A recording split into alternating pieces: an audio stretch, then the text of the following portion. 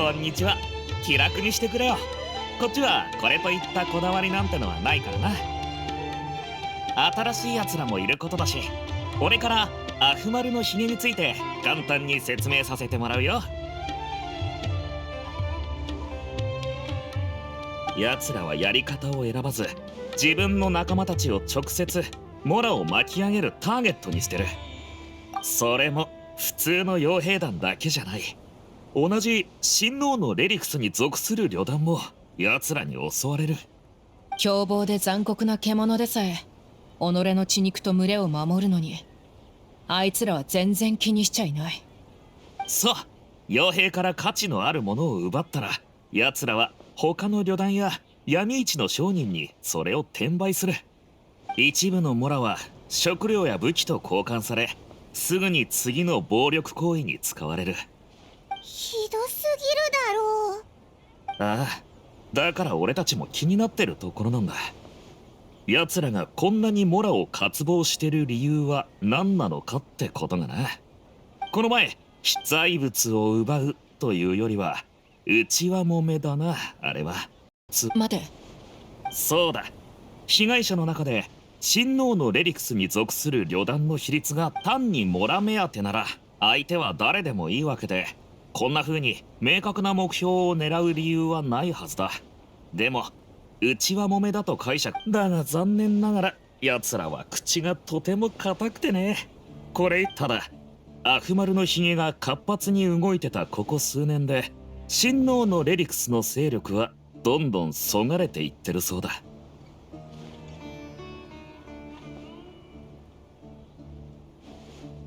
確かにおかしい。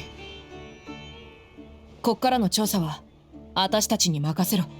でも私がいなかったこの数日間のうちに、あんたらが直接話を聞き出しに行ってたなんてな。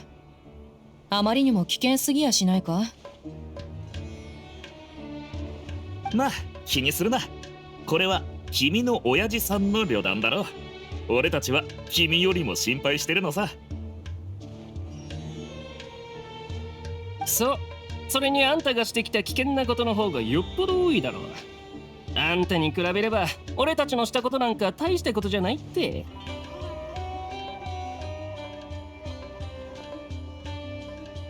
2人が取引に出かけている間に、俺は被害者の拠点を確認しに行った。生存者はおらず、生き残った者はみんな逃げた後だった。拠点に価値のあるものは何も残っていない。シャム、あんたが帰ってくるのを見かけてな、すぐ駆けつけてきたんだぜ。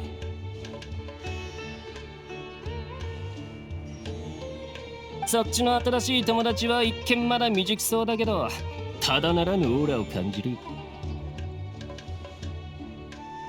あんたのそばにはすごい助っ人がいるみたいで、俺たちも安心さ。おいらはどうなんだ？あんたも一緒に行くのか？もちろんだぞ。おいらはこいつの一番大切なガイドなんだからな。こいつがどこ…それじゃあディシア、彼女の面倒をよく見てやれよな。おいらのことをバカにしてるのか？こう見えてもこいつは今まで数々の危険な場所に行って、最後にはいつも無事でいたんだぜ。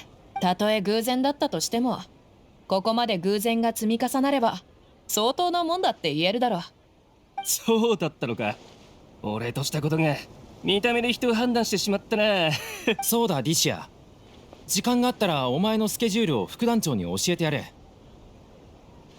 この間の新人募集の時、皆資料の獅子の名前目当てにやってきたのに、ちょうどお前が留守でここにいたのは男ばっかりだった。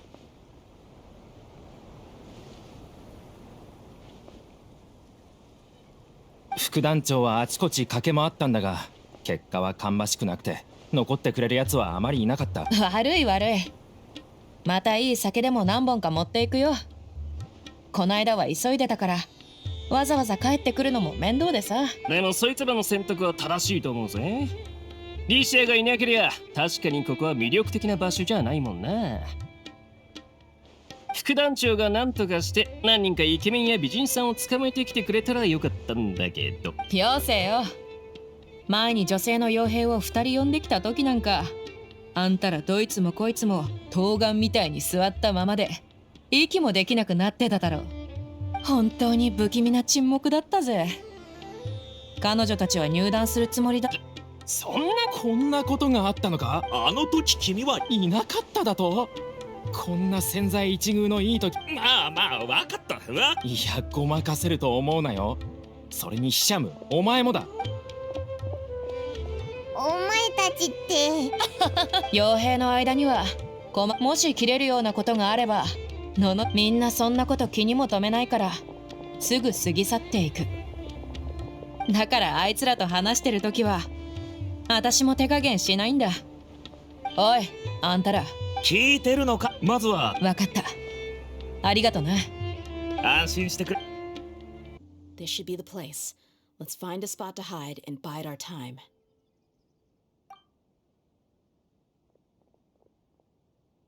It's gonna come down to a fight one way or another, so let's all be careful. No need to worry. She knows her way around a fight. I'm not worried about that. What I meant is that we probably shouldn't go too hard on the enemy. After all, we still need to get information out of them.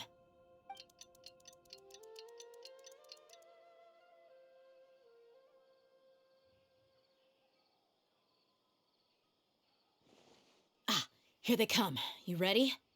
Let's not give them a chance to react and end this quickly.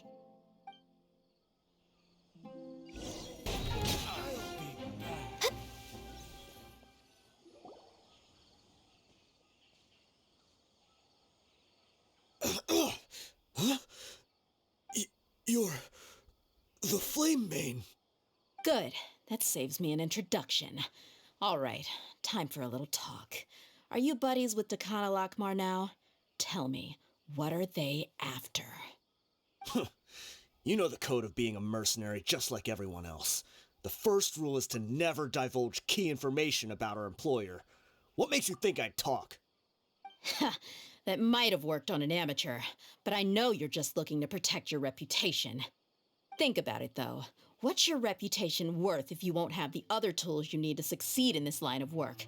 Tools like, I don't know, your limbs or eyes? You've got 5 seconds. You might want to think twice about how much your employer's information is worth to you. Whoa!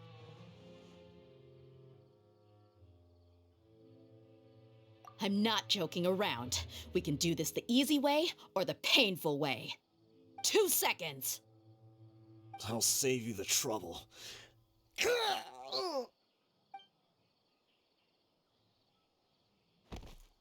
Huh? Are you crazy? He tried to bite off his own tongue. Quick, search the area for any first aid supplies. I definitely didn't expect him to go that far. Thankfully, the wound wasn't too deep, and he just passed out from the pain. But why would he be so extreme? I just wanted to test his mettle. You can get a lot of mercenaries to talk just by threatening them.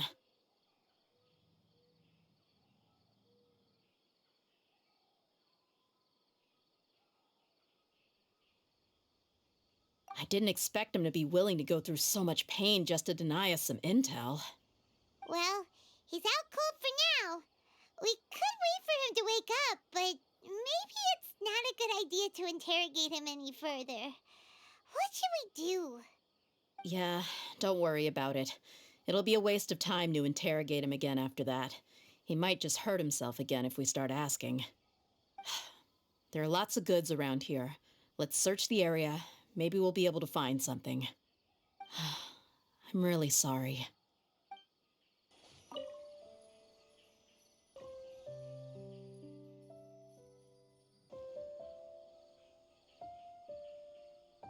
We found a piece of paper with a bunch of names on it.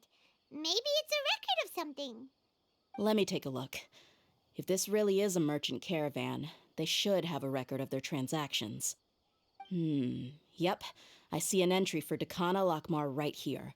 Kusela, Idrisi, Bashar, and Takriti.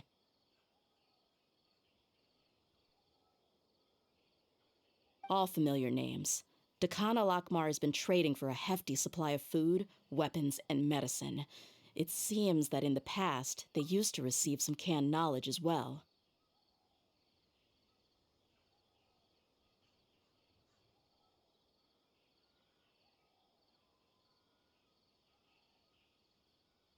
This caravan is just one link in their logistics chain. Once in the rainforest, the caravan will exchange the looted goods for Mora, and the funds will then be passed to a specific person. That person will then pack the caravan full of necessary goods, which will then be brought right back to Dakan al-Akmar. Wait, why is there no Mora value recorded for the final transaction? No value? Yeah, every transaction before the last one was marked with an exact amount of Mora, but the final one, where they paid for everything to be brought back to the desert, was simply marked as delivered.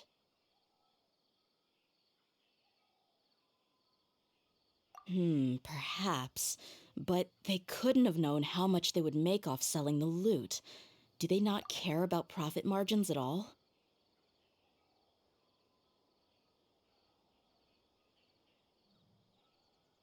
Anyway, the next part's the records of the goods themselves. There are a lot of entries.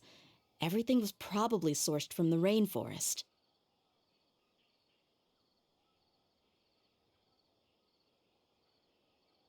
Huh? What's wrong? Shahzaman Homayani? Homayani? You mean Dunyarzad's family? Could it just be another family with the same last name? I'd be surprised to find someone with the exact same first and last name. Shahzaman Homayani is Dunyarzad's father and the head of the Homayani family. Just what the heck is going on here?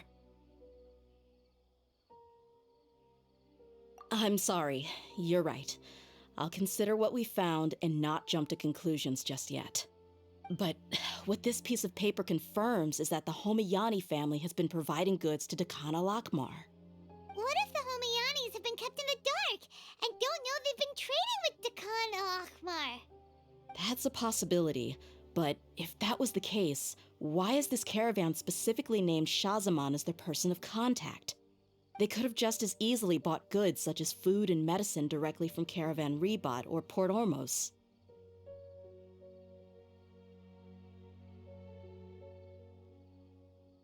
Yeah, funding violence and looting. The brigade gets the goods, and he is paid the proceeds from the sale of the loot. But why would he do something like this? It's not like the Homayanis are in need of money. I honestly have no idea.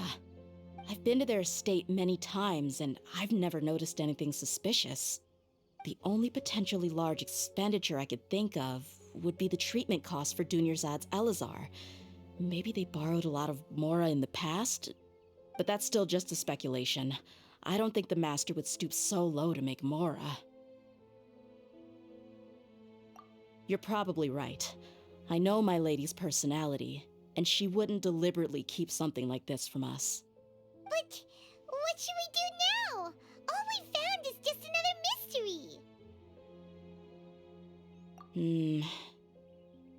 If you ask me, we already have no choice but to confront her about this. I'm not worried. It's too early to make a verdict yet. I still have faith in the Homayanis. Let's go find my lady again. We'll tell her everything and see if she's willing to lend us her support. If we're lucky, we can not only figure out the mystery of this paper, but also follow the trail of breadcrumbs to the people responsible at Dakan al-Akmar. Dehya, are you sure this is the best decision? What if instead of getting the help we need, we just end up revealing everything we've discovered to the enemy? I've considered that possibility, but even still, I want to tell her what we found. I think I owe her that much. True friendship is built on trust. She showed genuine concern for me when we first brought up the topic. I can't repay her kindness with doubt and suspicion. That's not how I deal with people. You're right. Paimon wants to trust Dunyarzad too. Yeah. Let's pay another visit to Sumeru City.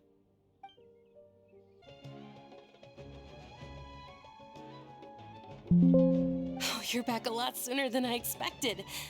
You mustn't have run into any trouble then. Well, how did it go? What did you come up with? Actually, we're still investigating. It's just that we've discovered something strange. I see. The clues you found have led you back here, in the city? Something like that. Yeah.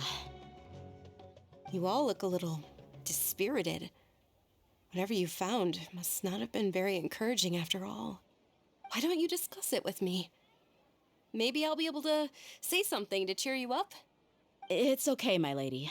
It's not so much about me being upset with my father or anything like that. How should I put this? So something is wrong. Even the Traveler and Paimon have been uncharacteristically quiet. On any other day, Paimon would have already waved to me with a smile and shouted, "Dunyarzad, we're back!" So tell me, what happened? Well? My lady, please prepare yourself for what we're going to tell you next. It concerns the Master. The Master? You mean my father?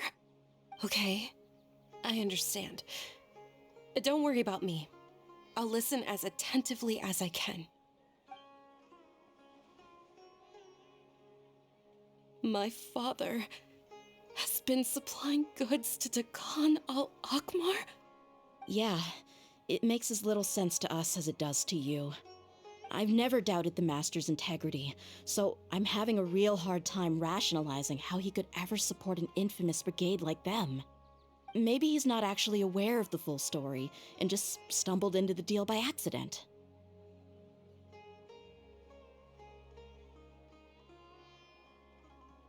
I can't help but agree with the Traveler.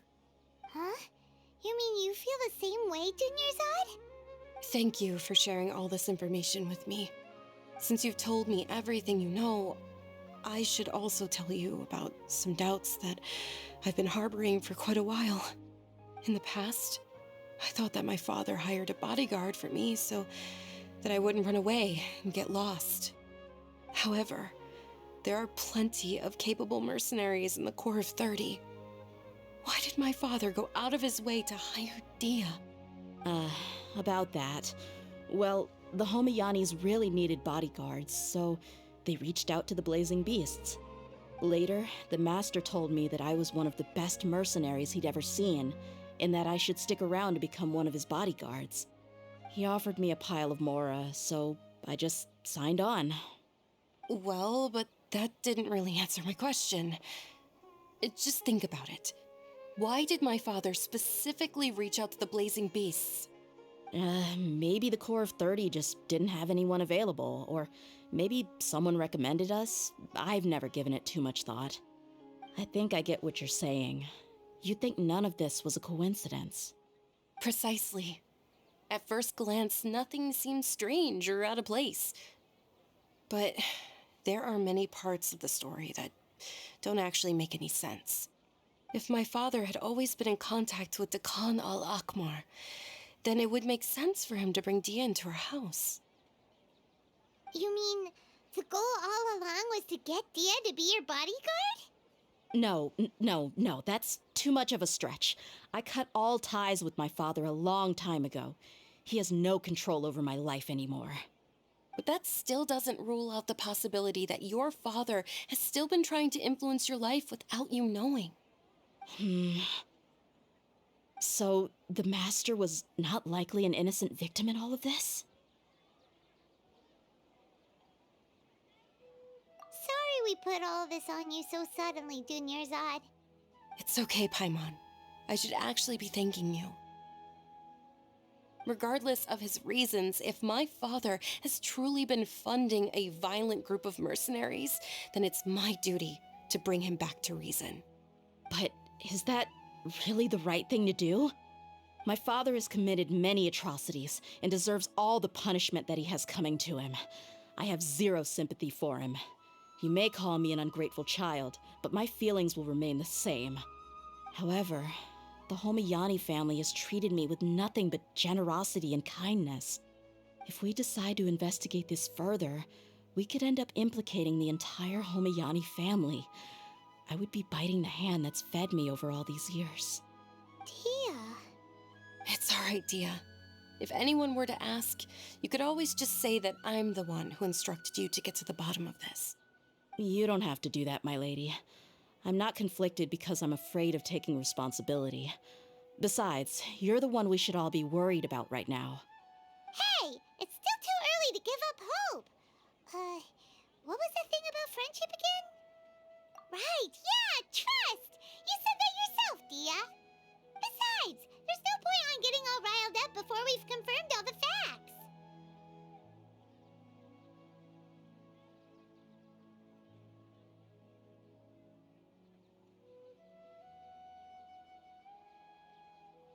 Thank you, everyone. That makes a lot of sense. I guess I should always remember the trust. In which case, my lady, could you ask the master to come out and have a chat with us? Sure thing. It's a logical explanation. Let's meet a place then. Usual place? Ah, right. Allow me to introduce these two. This is the traveler, and next to her is her travel companion, Paimon. Ah, yes, my daughter has mentioned them from time to time. It's a privilege to finally meet them in person. But we may skip all the pleasantries for now. What is the important matter you wish to discuss with me today? Well, we wanted to bring this transaction record to your attention. There's something on this record that we're all pretty curious about. So, that's what you found. Huh. Seems like I can't keep everything from you much longer. If you wouldn't mind, we'd like an explanation. Well, it's a long and difficult story. And to be perfectly honest, I'm not sure if I'm doing the right thing. What I do know, though, Dehya, is that the truth will bring you no solace. If anything, it will likely cause you a great amount of anguish. Wait, me? Yes, I understand perfectly why you came to see me, and I am touched by your collective commitment to do the right thing. But knowledge always comes at a price, and sometimes, as they say, ignorance is bliss. Your father, Kusela, and I both believed that. Of course, you have the right to seek and learn the truth, but I must warn you. The facts of this matter may reduce everything you've built for yourself into sand, blowing in the wind. If you must proceed, then Kusela's heartfelt efforts will also fade into the wind like a fleeting mirage. His heartfelt efforts? I'm sorry, sir, but I'm not sure I follow. I've made it this far in life without a single drop of my father's support. I have my own ideals and ways of looking at the world, as well as people and causes that I've chosen to cherish and fight for. None of these things have anything to do with him. I came here today to support you as the head of the Homayani family. No warning will change my stance on that. I understand. Then let me tell you a little story. Our family once needed to take a trip to the desert when Dunyarzad was just a baby. Along the way, we were attacked by bandits. They had superior numbers and quickly overpowered our bodyguards. When all seemed lost, a group of passerby Eremites lent us their support. Those Eremites were Kusela's brigade, Dekan al-Ahmar. Kusela's men told me that the attackers were Eremite mercenaries, just like themselves. I was shocked. Why would Dekan al-Ahmar go so far to save us and not spare the fellow Eremites?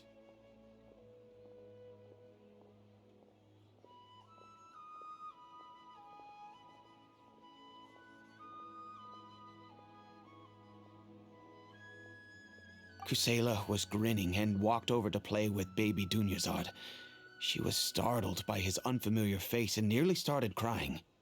Really? I never knew. He said that he had no particular reason to help us. He just took pity on us because he had a daughter about the same age. We started talking about our children, and I sensed that he was a devoted father. To repay his kindness, I hired his brigade to help out at our estate for a time and offered everyone generous remuneration. So, that's what happened. It was many years before I saw him again. I almost didn't recognize him the next time he came knocking on my door. The man I knew to be strong and healthy had been reduced to a shell of himself. He couldn't even walk anymore without his cane. So, what happened to him? He was perfectly fine when I left the brigade. I'm not too sure myself. The only thing that didn't change was his cheery disposition. He said there was absolutely nothing to worry about and that he had gotten into a fight. That was all. He then suddenly asked me if Dunyarzad, now that she had grown, would need a bodyguard of her own. At the time, Dunyarzad was going through a particularly severe bout of her Elazar. There was no need for her to have a bodyguard when she could barely leave the house. But he kept coming back to the topic. Come on, it never hurts to be safe. How do you know a bodyguard won't come in handy one day? I was completely lost at first, until he recommended the Blazing Beasts, and in particular, a mercenary named Dehya. So he was the one who recommended Dehya to you. Indeed. He didn't say it out loud, but it was clear that he saw Deshret's relics as an evil group who would eventually corrupt every member in their ranks.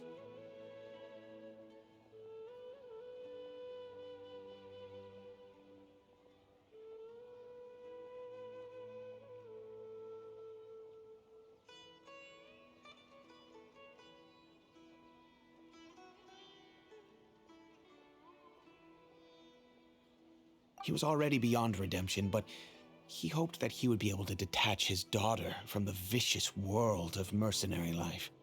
If Dehya could stay in my house and keep working as a bodyguard, then gradually her affinity for the desert would decrease, and she'd be able to leave her previous life behind. And that's why you offered her such generous compensation? Yes, but not just because of that. From the moment that he asked me for that favor, I also began to see Dehya as my own daughter. And that's also why I tried to persuade you to stay when you asked for permission to leave. I was willing to spend however much it took. Kusela saved my daughter and me all those years ago in the desert. I could never refuse him entrusting his daughter to me.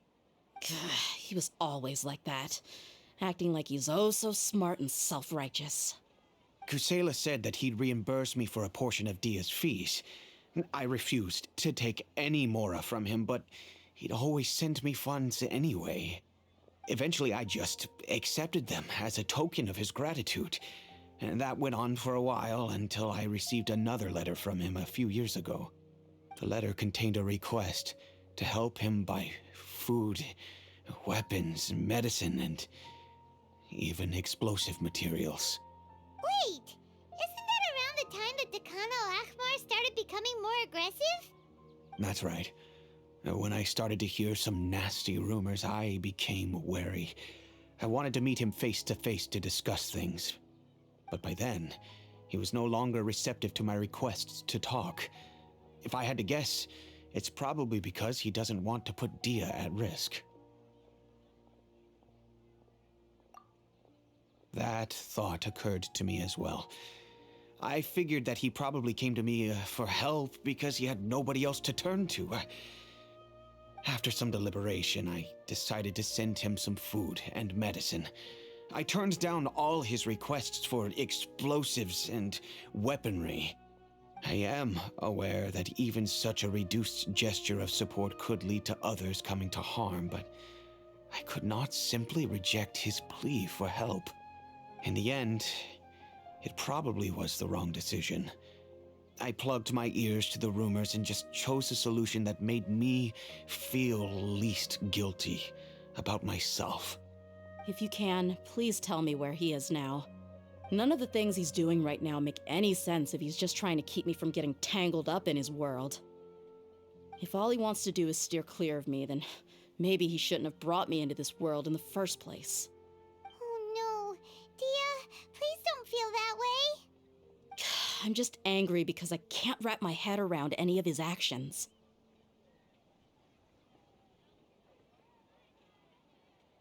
Another way?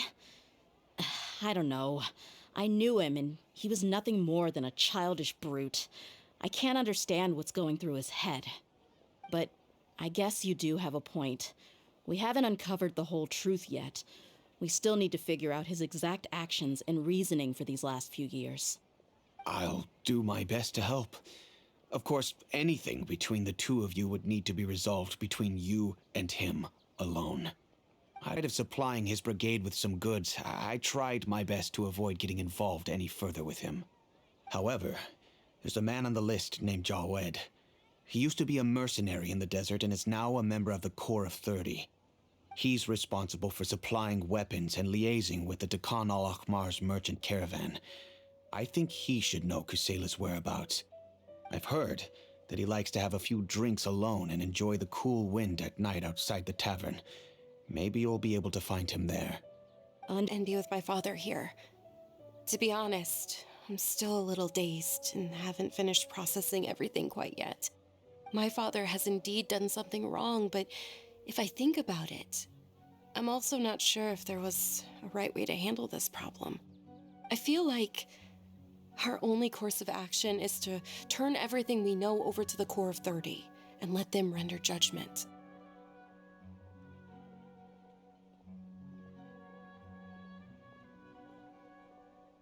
Yes, I am prepared to accept whatever verdict they choose.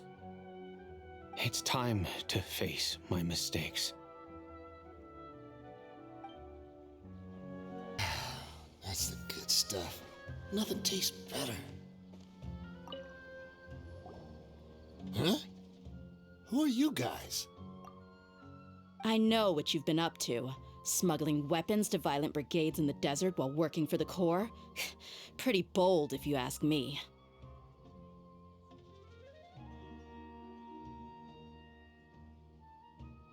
Shh! Keep your voice down. How do you know all that? Come with me. We should take this elsewhere. I'll be happy to talk things over once we're somewhere private.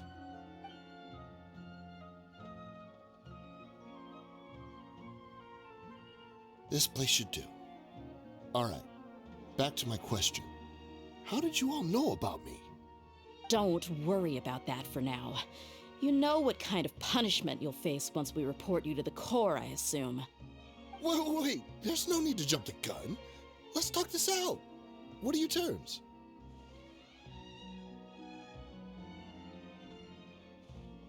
So what's in it for you anyway, Mora? Well, I was a little tight on money at the time, and Kusela took good care of me in the past.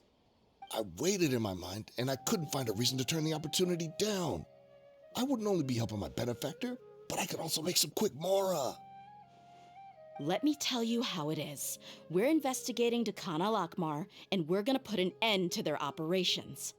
If you provide some help for us, then we might just put in a good word later to reduce the terms of your punishment. Hey, why don't we discuss this a little first? Listen, I made quite a bit of Mora from my last run. You just give me a number, and I'm sure we can... Shut it. My patience is running out. You should know when a mercenary is after something other than money. All right, sheesh. But you gotta promise you'll put in some nice words for me later. They're always on the move. Here's the spot they were at the last time I made my delivery to the desert. Feel free to go have a look. I'm just telling you though, it's not on me if they're not there anymore. Sure. And then you can forget about any nice words from us. Hey, come on. Now you're just being unreasonable. Really? And how do I know you're not leading us straight into a trap? Don't forget, you're the one with no bargaining chips. All right, I get it.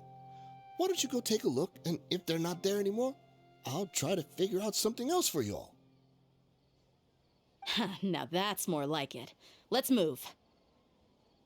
And as for you, try to stick around the city until we get back. You don't want us to call the folks from the Corps and have them drag you back to the city.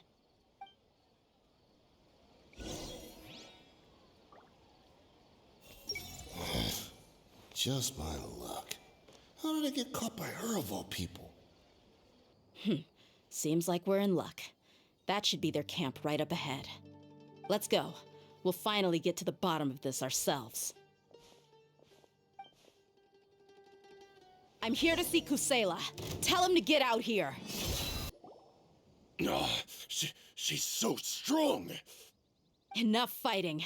We all know each other, and I don't want to take things too far. Just bring Kusela to me. There's no use hiding him anymore. Did you understand a single word I just said? Or do I need to bash your skull in some more? All right, everyone, let's all just calm down for a second. Dehya, the boss can't come out and see you anymore. He died a long time ago. What? Seems like you've been out of the loop for a while. Guess that's for the best, though. At least, that's what the old man wanted. When did he die? What happened to him? A few years ago, Kusela broke up Dakan al-Ahmar and went to the Deshret's Relics headquarters by himself.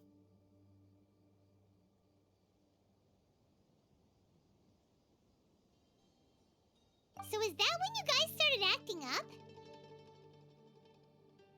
We would prefer to call it taking revenge. Every last person in Deshret's Relics must pay in blood for what they did.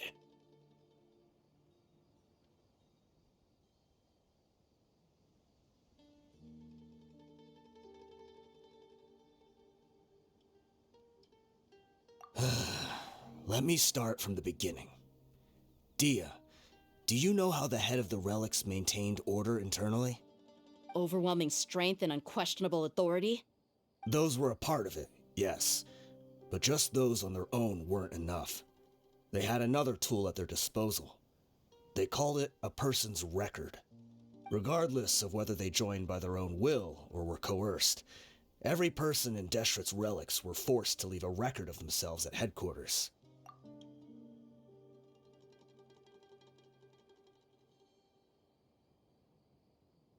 Whether it be their deepest sin, some unforgivable act, or their most immoral exploit, the records served both as a symbol of loyalty and the perfect material for blackmail.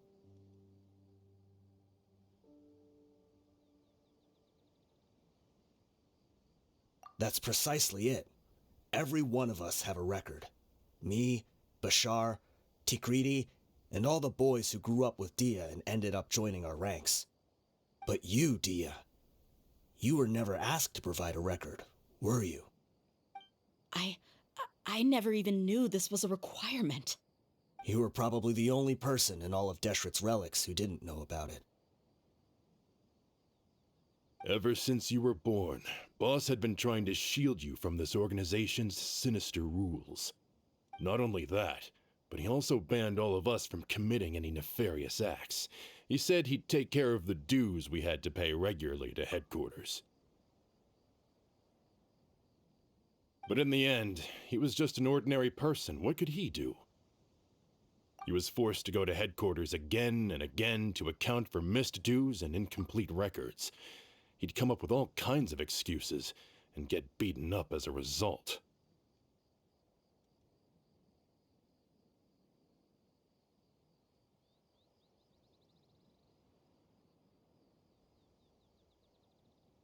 We all knew he was doing that for you. He wanted to get you out of this world, no matter what it took. And that's why he became a shell of himself and couldn't walk without a cane. Wait, but that doesn't make any sense. I didn't know about any of this, and I'd never seen him get injured or beaten. Because you were too young at the time. How would you ever tell between wounds from a beating and wounds from battle? When you left home after that final argument with him, he seemed to age by a decade overnight. Even his hair went gray.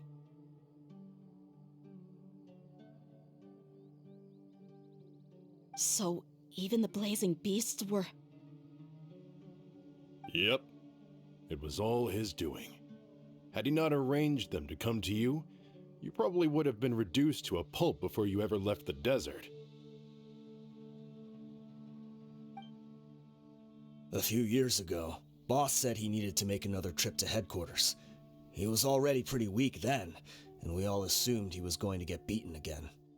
I suggested that he hand the role of leadership over to me, but he said there was no longer any need, since the Khan al-Ahmar would soon be no more. His words made no sense to me, but that night, we heard that a massive fire tore through headquarters and razed everyone's records to ash. Everyone gained their freedom that night. Many members fled, not just from our ranks, but from the other brigades as well. But how could we leave with a clear conscience? All of us who knew exactly what had happened. The boss can't have just died for nothing. Those heartless jerks at headquarters took him from us. From that point on, the sole purpose of the Khan al-Ahmar became revenge. The big fire that boss started was quite a blow to headquarters' strength. It's given us the opportunity to launch our attack. Even though we're outnumbered, we vowed to see our revenge through to the very end.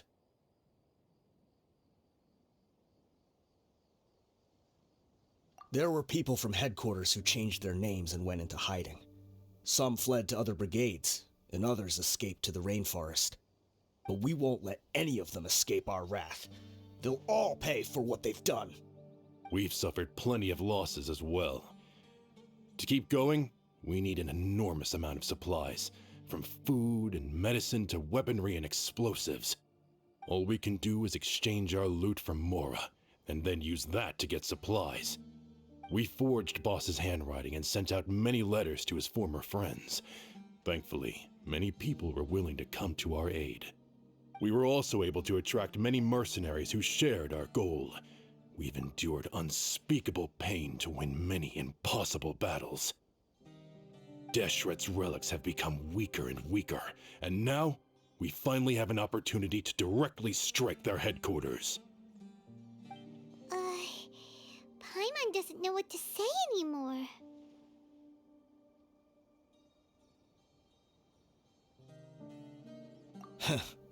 We do know right from wrong, but we were sinners from the very beginning. We do not deserve the freedom that the boss won for us with his life. Boss always loved his old-fashioned hero stories. Those tales about sacrificing yourself to save the world. We used to always laugh at him for it, but in the end, he really went and lived those stories out himself. As for me, I never considered myself a hero. We're all the lowest of the low. We have no right to even imagine such an existence. But maybe those hero stories he liked foreshadowed everything that was to come. The spirit of the hero touched all those he had saved, and more people joined his cause. Maybe we were all just acting along with the play in the beginning. But as we acted the parts and recited the lines, we were drawn in. And now, we want to see the story through to the end. I'm sorry, Dehya. I know you always found us insufferable ever since you were young. Just think of this as a madman ranting. I'll go with you. Huh? Dehya? You want to go with him? I grew up with these guys, and I know they're not bad people. It's just that some situations get so bad that it's difficult to tell good from evil. All I know is that Deshret's relics must be destroyed. Furthermore, I want to go see the place for myself. I want to know if my father is still there. I know you don't want to get involved in this, so there's no need for you to tag along. I can do this on my own. Yeah, Paimon feels like we'd only regret it if we don't see this through to the end. Thank you. We'll be a lot stronger together with you. I bet Boss would lose his mind if he ever knew you'd join us at the very last moment like this. Considering all the losses and injuries we sustained, we can't afford to turn down someone as powerful as you. He can think whatever he wants. But the fact is, I owe him this much. It's on the inside. They should all be holed up in here. Don't know how many people they've got left, though.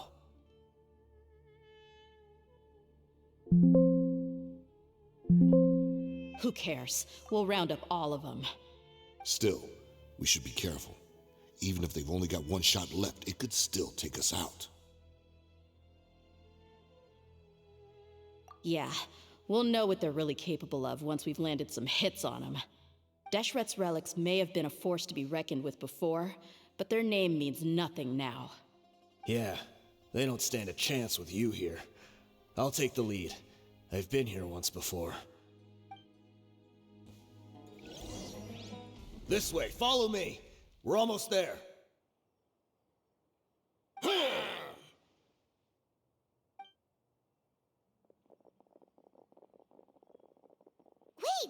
They went charging ahead without checking for any traps! Hey, you guys okay? It seems like we just got trapped in here. Don't think we triggered anything else. Watch out, the enemy's coming from ahead. Well, now that things have come to this, seems we'll have to fight our way through. Don't worry about us. We knew something like this could happen. Go and take a look around. There could still be another way through. Let's go! We can't let the boss down! Let's check if there's another way! The sooner we can make it through to help them, the better! Let's see.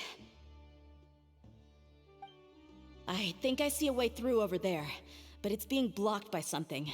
Let's try our luck with that mechanism. Okay, let's go!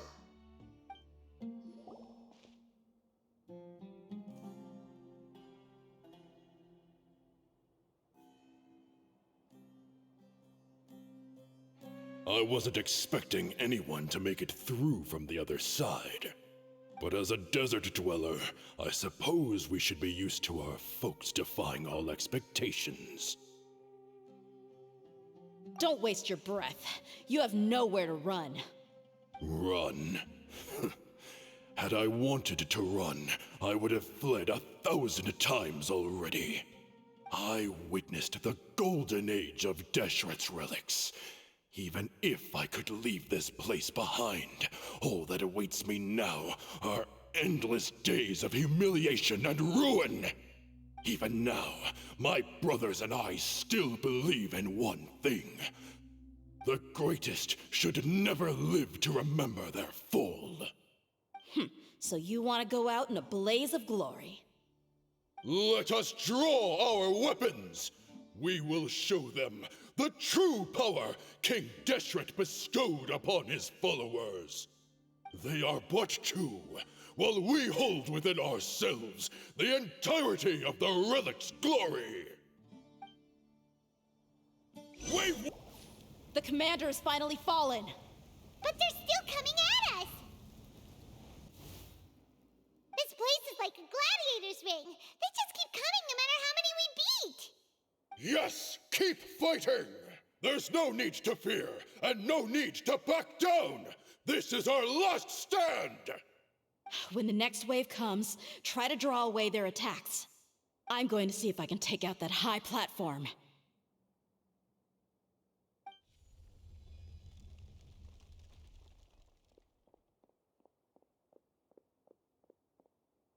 Get out of my way!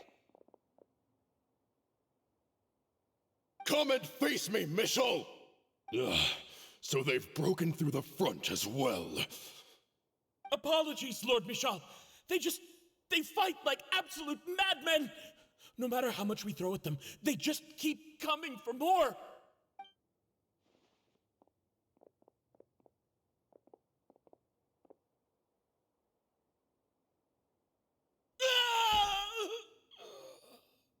So, it would seem like this is the end. Time to pay for everything you've done, Michel. You think I would give you that opportunity? I will be buried in the sand alongside all the rest of our fading glory.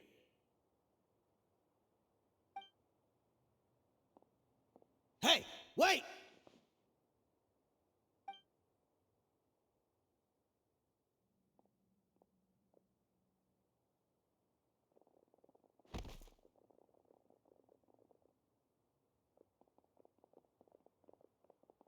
We were too late.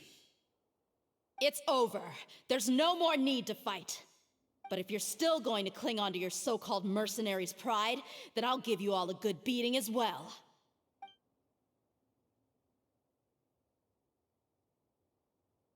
Hey, Dehya! I found the mechanism. I'll get you all back up here right away. Let's go.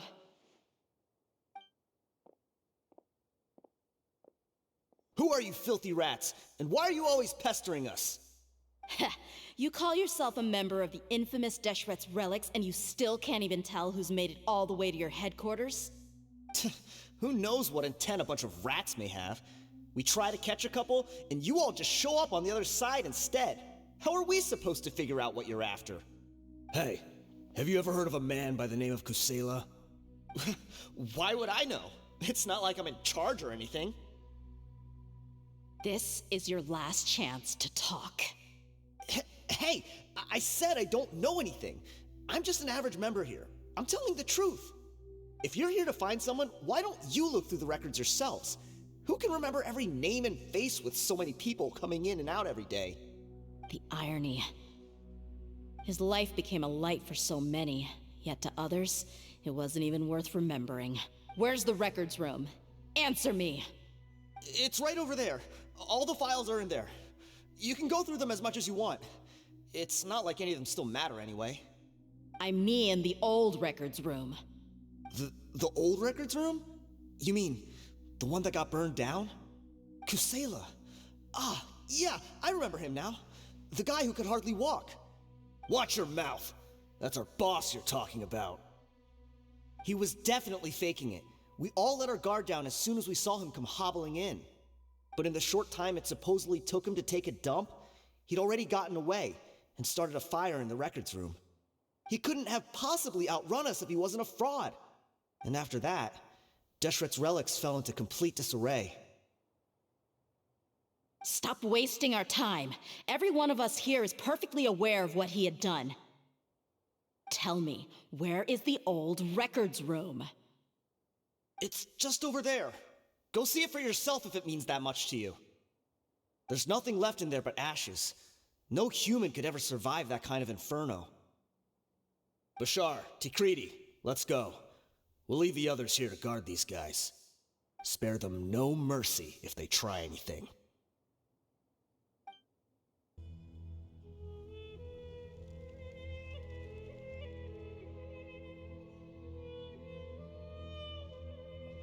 So, this was his final destination.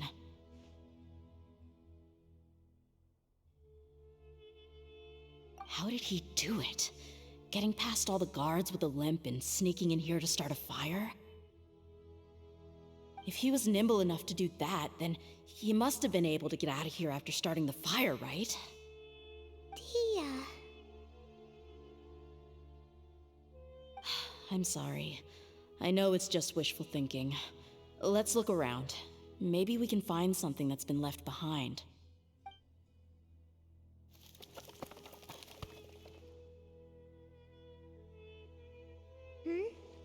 Is this a cane? It must be the one that Dehya's father used. Kusela. Thanks for everything, boss. We're fortunate to somehow find that cane after that fire. Let's split up and look around some more. What if something else has been left behind? But what else could survive a fire like that? Huh?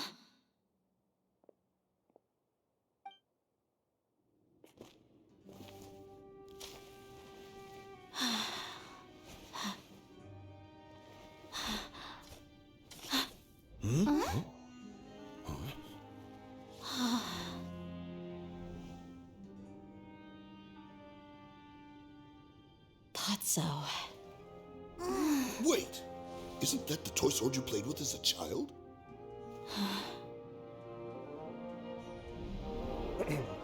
The dragon is no more, for Princess Dehya has slain it. Its head now hangs above the city gates. Her bravery has brought eternal peace and prosperity to us all. Dehya, come on, This is the most important line. You can do it. But Dehya, you defeated the dragon. Everyone's waiting for your speech. Still too shy, huh? All right, I'll do it. I hereby proclaim our victory. Evil shall plague us no more.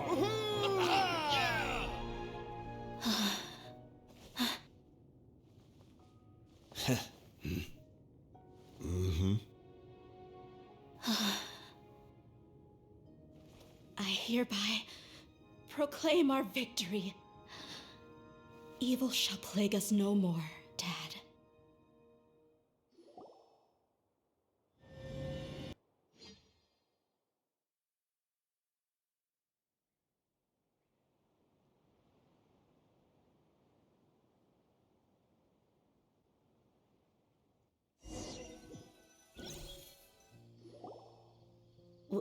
What's this?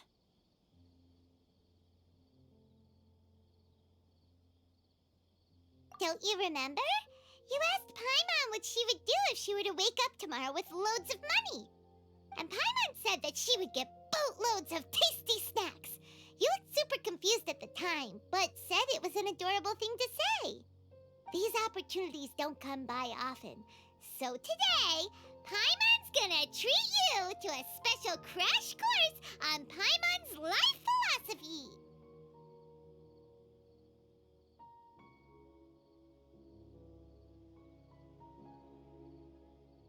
Hey, come on! Paimon's not that stingy. Anyway, the point is that you should eat to your heart's content. You'll feel better for sure once you've gotten something in your tummy. Dunyarzad will also be here shortly. She's already heard that we're back. Aw, thanks, you two. Honestly, this is very unlike me. I just had a lot on my mind on our way back, so I didn't know what to say. My chest was filled with all kinds of intense emotions. They just shook me even more than all the feelings we've shared during our previous adventures. But when everything came to an end, those emotions also vanished without a trace, and I was left feeling more empty than ever before. It was as if I'd lost the thing that was most important to me. Yeah, you're right. To many mercenaries, Mora is the most important thing in the world. But perhaps to us, it's the most worthless thing of all. Idrisi and the others all used to say that they would quit if there was no Mora to be had. But when it came to avenging my father, there was no Mora to be made anywhere. My reality shattered when I found out that the father who always told me hero stories was in fact a bad guy. But look at me now. Am I any different? Despite all my promises about never forgiving him and never trying to understand him, I still went to such lengths to find out the truth, and nearly even shed tears for his sake. We're hypocrites, all of us. Yeah, you're right. It's just a pity that we often only recognize our true feelings after it's already too late. You're back! Are all of you all right? Ah, there she is. Yeah. Many people from the Corps of 30 came over, and I just wrapped up everything with my dad. All I can do now is wait for their verdict. Huh? Dehya, you're looking quite down again. Paimon will explain. A lot happened while we were gone.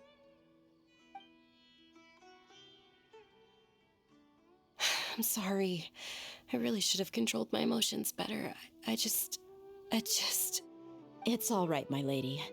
You were hurt by all of this as well. Truth be told, I'm starting to feel a little guilty watching you cry like this. But Dehya, your pain must be even worse. You shouldn't need to comfort me.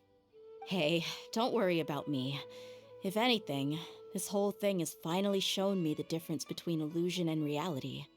My father probably thought that people could settle into new lives as long as they moved to a new environment. That thought has even crossed my mind a few times. It's like saying, what's wrong with adapting to a new life?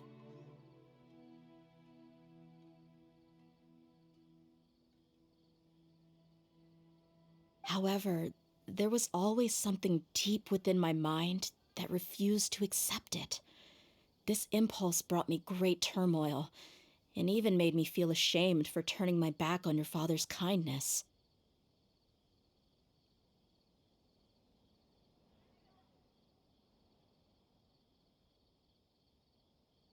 But now that I consider it again, it all makes sense. The desert sands are a part of who I am, and I will never be able to lead a peaceful existence.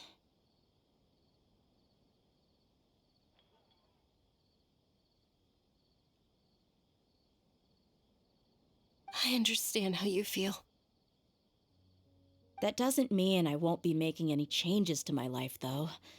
As an example, I'm now thinking about taking on some small odd jobs.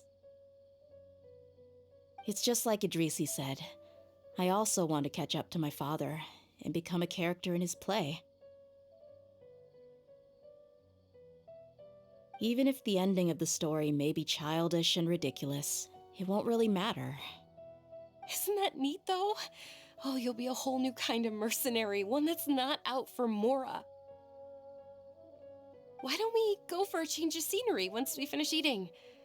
What about stopping by the Grand Bazaar again? Right. You said you wanted to get a rug for your family. We'll come along too. I can't thank you enough for taking care of me this entire time. Oh, this rug here is quite something. The craftsmanship is exquisite, and the fabric is also of high quality. Ah, here you are. Finally, I found you. Hey, aren't you that mercenary who bit his tongue? You can still talk? Wait, are you here to take revenge on us? What are you talking about? Do I look like I could take you all in a fight? I just came here to give you something. I'll be on my way to give myself up to the Corps after this. Once I woke up, I hurried to the Khan al-Ahmar's camp, hoping to alert them to your presence. But when I got there, I found no one except the members who were still too injured to move. Ah, so you probably got there after us. Yeah, they told me that they had exacted their revenge, and everyone had turned themselves in to the authorities. Even that last camp was not going to last for much longer. I had joined the cause to repay an old favor from Kusela. Now that everyone's already turned themselves in, I might as well do the same. One of the injured members gave this box to me, and told me that it contained some of the old man's last possessions.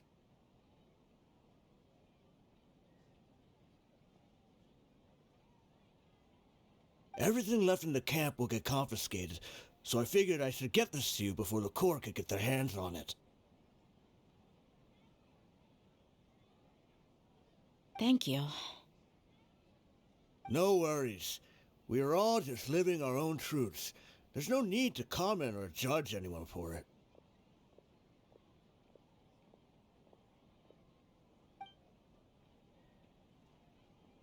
So this box contains everything that Dia's father left behind. Huh. It feels lighter than expected. Well, back in the day, the first thing he did with any Mora was spend it on things like drinks and meat. But let's see what's inside. What's this? It's just a bunch of junk. It kinda stinks. Perhaps it's just been left unopened for too long. A handwritten copy of a storybook. The paper's already yellowed, and it looks like it's about to fall apart. It was against the Academia's rules to possess books for personal use. If he was going to break that rule, he could have at least copied something useful. That probably means this was really important to him. And here are a few bags of children's snacks. The packaging's completely deteriorated. Maybe that's where the smell was coming from. Did he get those for you? Yeah, but here's the thing though. Even when I was a child, I was never a fan of these kinds of snacks. He'd always say that he got them for me, but in the end, he always ate more than I ever did.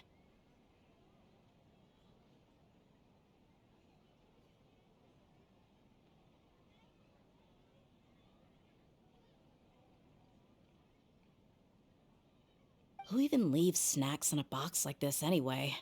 Isn't that just common sense? Forget it. Let me see what else is in here. A razor, some buttons, some round iron tiles, a wooden toy puppet.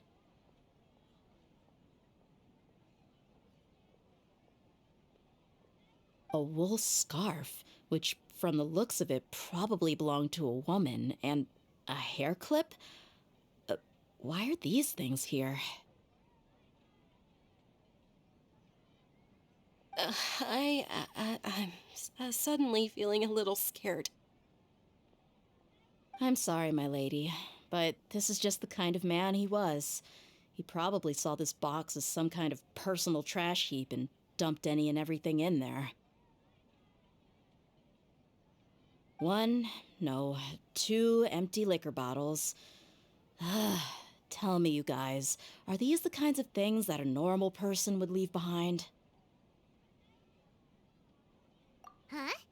There's something in the bottle!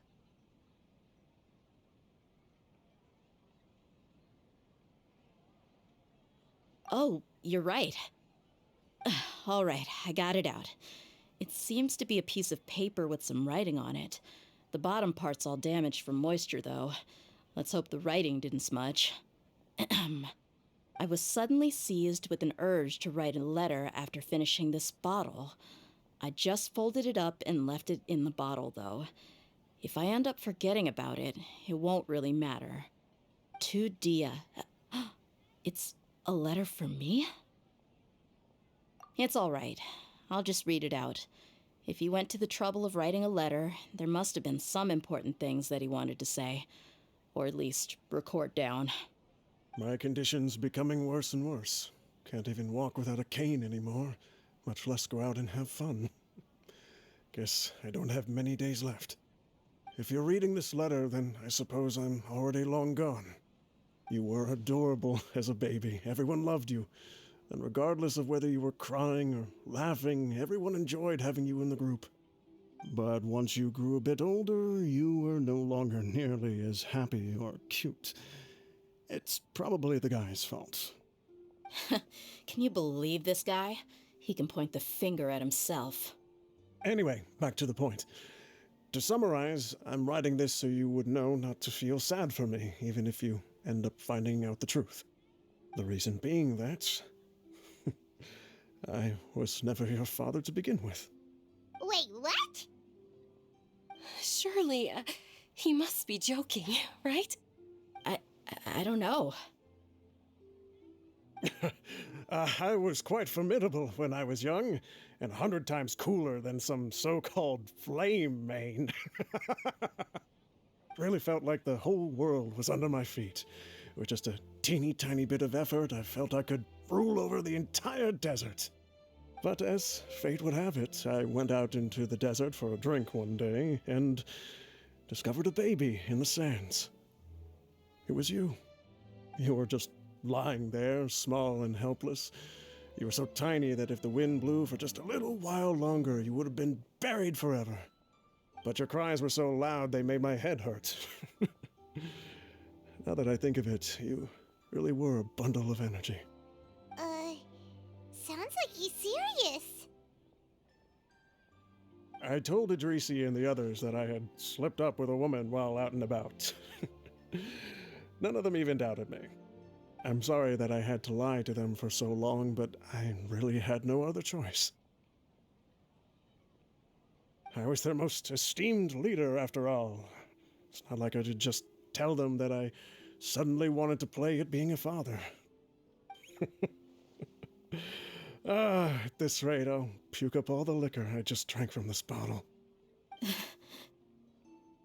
Anyway, Dehya, you possess the kind of freedom and kindness that we could only dream of. As far as how you should live your life, that'll be up to you to decide. That's the end of the letter. In the end, he was still thinking of me as a little child. I suppose, or I would have suffocated under the sand a long time ago. He was a good father to you. The fact that he wasn't a blood relative doesn't change that. Yeah, it's just a pity that we had to learn the truth of everything like this.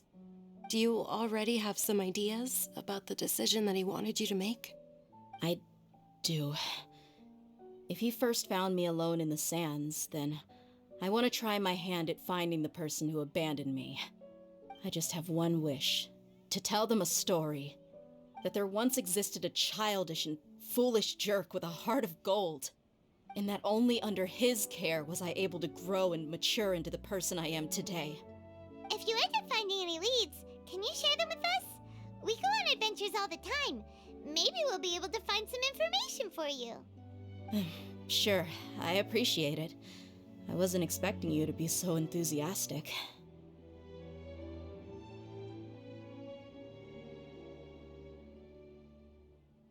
I'll help too. Thank you. All of you. Thank you so much. My life has certainly had its twists and turns, but I've always considered myself lucky. Because no matter where I've gone, I've always been surrounded by incredible kindness.